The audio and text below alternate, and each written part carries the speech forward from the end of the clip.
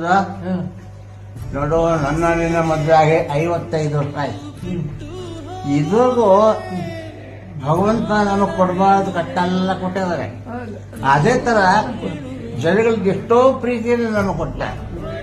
ನಾವು ಸುಖ ಕೊಟ್ಟಾಗ ಮೈ ಬಾಸು, ದುಃಖ ಕೊಟ್ಟಾಗ ದೇವರ ತೆಗಳಬಾರ್ದು.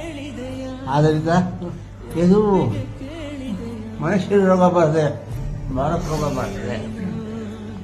ಈ ತರ ಕಾಯಿಲೆ ಎಷ್ಟೋ ಬಂದೊಟ್ಟೋಗಿದೆ. ಅವಾಗ ತಡೆಯುವ ಶಕ್ತಿ ಇತ್ತು. ಸುಮ್ಮನೆ ಅವಾಗ ಎಂಥ ಇದೆ ಅಲ್ಲಿ ಸರಿಯುವಂತ ಕಷ್ಟ ಶಕ್ತಿ ಕೊಟ್ಟಿದ್ದ.